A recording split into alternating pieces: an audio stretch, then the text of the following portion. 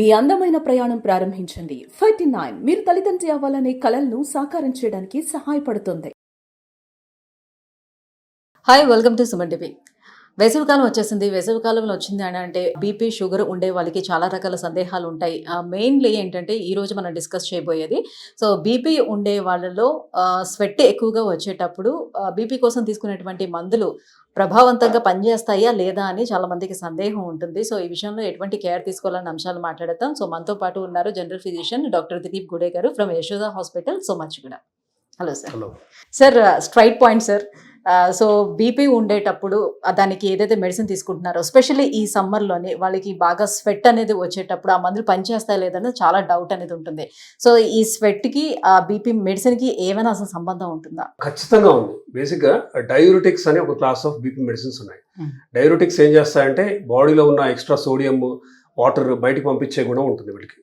So already మనం BP మందుల వల్ల కొంతమంది ఈ డయూరిటిక్ మందుల వల్ల సోడియం పొటాషియం బయటికి వెళ్తాయి కాబట్టి బీపీ తగ్గుతుంది. సో సమ్మర్లో ఈ స్వెటింగ్ వల్ల ఆల్రెడీ బీపీ తగ్గుతుంది కాబట్టి మనం డోస్ తగ్గియాలి. ఈ డయూరిటిక్ క్లాస్ అనే మందులు అసలు ఆపేస్తే బెటర్ బేసికలీ.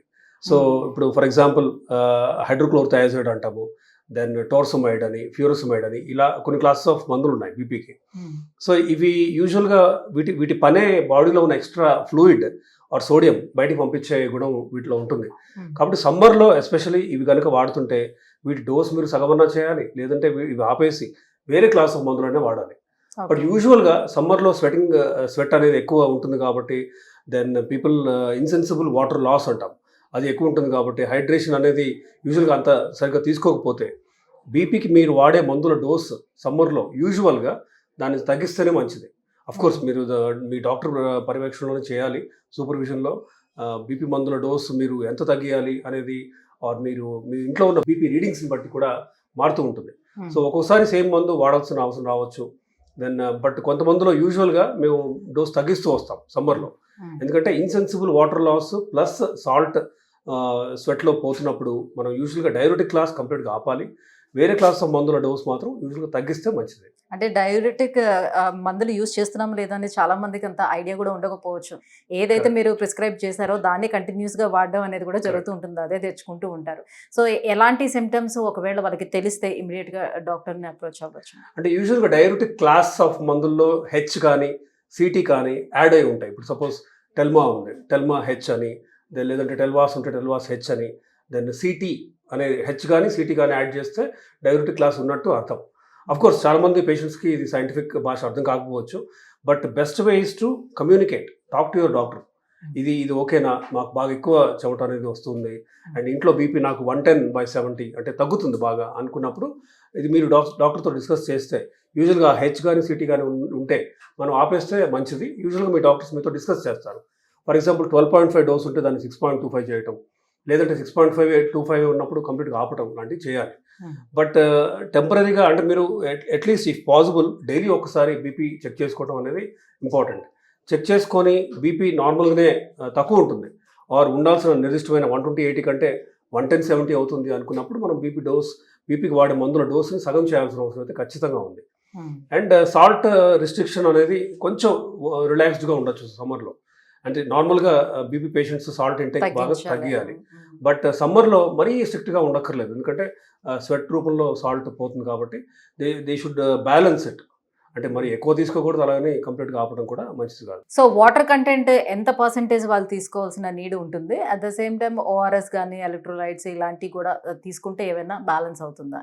సో ఓఆర్ఎస్ యూజువల్గా బాగా ఎక్కువ సోడియమే ఉంటుంది ఇన్ఫాక్ట్, ఎందుకంటే వాటిలో సోడియంతో పాటు ప్రిజర్వేటివ్స్ ఉంటాయి, సోడియం బెంజోయేట్ లాంటివి, అవి కూడా సోడియం రిచ్ సాల్ట్సే. So it's always a balance. అంటే ఖచ్చితంగా మీరు ఓఆర్ఎస్ లాంటివి తీసుకోవాలని ఏం లేదు. ఓకే, మీరు కనుక ఇప్పుడు బటర్ మిల్క్ తీసుకుంటున్నారు, వాటర్ తీసుకుంటున్నారు, సరిపోతుంది. ఒక 3 లీటర్స్ వరకు అన్నా మనం తీసుకోవాలి సమ్మర్లో. అదే మీకు డయాబెటీస్ కూడా ఉందనుకోండి, 3.5 లీటర్స్ వరకు మీరు తీసుకోవాల్సి వస్తుంది. ఎందుకంటే డయాబెటీస్ తగ్గడానికి మీరు వాడే మందులలో SGLT2 ఇన్హిబిటర్స్ అనే క్లాస్ వల్ల ఎక్కువ డిహైడ్రేషన్ అయ్యే ఛాన్స్ ఉంది.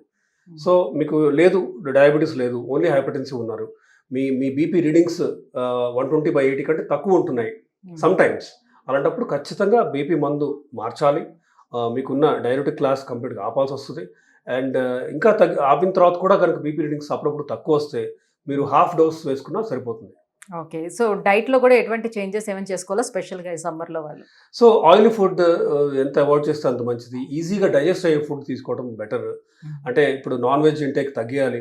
దెన్ పెరుగన్నం అవ్వచ్చు. ఇలాంటి అంటే దీస్ ఆర్ అంటే ఫ్రెండ్లీ ఫర్ ద టమీ, అంటే స్టమక్ ఫ్రెండ్లీ ఫుడ్స్ అన్నమాట ఇవి. ఎందుకంటే సమ్మర్లో మనం మన స్టమక్ గ్యాస్ట్రోఇంటెస్టైనల్ సిస్టమ్కి ఎక్కువ పని చెప్పేలాగా ఉండకూడదు యూజువల్లీ. సో ఈజీగా డైజెస్ట్ అయ్యే ఫుడ్స్ అవ్వచ్చు. దెన్ షుగర్ లేనప్పుడు మీరు ఫ్రూట్స్ ఎక్కువ తీసుకోవచ్చు, ఫ్రెష్ వెజిటబుల్స్ ఎక్కువ తీసుకోవాలి. దెన్ ఎక్సర్సైజ్ చేయాలి, but not in the peak. బాగా వేడిగా ఉన్న టైం కాకుండా ఎర్లీ మార్నింగ్ 7 o'clock అవ్వచ్చు, లేదంటే ఈవినింగ్ 5:36 కావచ్చు. అలా ఎక్సర్సైజ్ చేయాలి. నిద్ర సరిగ్గా ఉండేలాగా చూసుకోవాలి. హైడ్రేషన్ మాత్రం ఒక 3 లీటర్లు ఖచ్చితంగా ఉండేలాగా చూసుకోవాలి. సో ఇప్పుడు మీరు చెప్పినట్టుగా కొన్ని రకాల బీపీ టాబ్లెట్స్ మూలంగా యూరిన్ ద్వారా కొంత పోతుంది, Yes. వాటర్ పోతుంది, చెమట ద్వారా కూడా కొంతవరకు పోతుంది కాబట్టి సో ఎప్పుడు అది డేంజర్ సైన్ కింద తీసుకోవాల్సిన నెసిటీ ఉంటుంది. సో డైరెటిక్ డోస్ మీరు తగ్గించినప్పుడు ఏమవుతుందంటే బాడీలో బేసిక్గా సోడియం కంటెంట్ తగ్గుతుంది. హైపోనైట్రీమియా అంటాం, ఎస్పెషల్లీ పెద్దవాళ్ళలో 65-70 దాటిన వాళ్ళలో ఈ సోడియం హోమియోస్టాసిస్ సరిగ్గా ఉండదు. కాబట్టి వాళ్ళలో సోడియం 120లో చూస్తాం. నార్మల్గా సోడియం అనేది 135 to 145 ఉండాలి, కానీ 120 ఉండటం, 107 చాలా తక్కువ కూడా చూస్తూ ఉంటాం. ఇలా తగ్గినప్పుడు వాళ్ళు ఆల్టర్డ్ సెన్సోరియం అంటే డ్రౌజీగా ఉండటం అనేది కూడా చూస్తూ ఉంటాం. సో అలా ఉంటే మనం ఖచ్చితంగా మీరు డైరెటిక్ మీద ఉన్నారా లేదా చూడాలి. దెన్ ఉంటే అది ఖచ్చితంగా ఆపాలి మనం. రివర్స్లో మనం సోడియం పెంచే విధంగా కొంచెం మందులు ఇవ్వాల్సిన అవసరం ఉంటుంది. కొంత మందులు అడ్మిషన్ కూడా అవసరం, ఐవీ సలైన్ కూడా ఇవ్వాల్సిన అవసరం ఉంటుంది. సో లేదు బాగానే ఉంది, బట్ సోడియం రొటీన్ చెక్ చేస్తే 125 అలా ఉన్నప్పుడు ఈ క్లాస్ ఆపేసి వేరే మందులు మనం స్టార్ట్ చేయాల్సిన అవసరం అయితే ఉంది. Thank you sir, thank you so much. So మొత్తానికి బీపీ పేషెంట్స్ ఎవరైతే ఉన్నారో సో వాళ్ళు తీసుకునే మందుల పైన అయితే ఖచ్చితంగా ఫోకస్ చేయాల్సిన నెసిటీ అయితే ఈ సమ్మర్లో ఉంది. Right, yes. Thank you.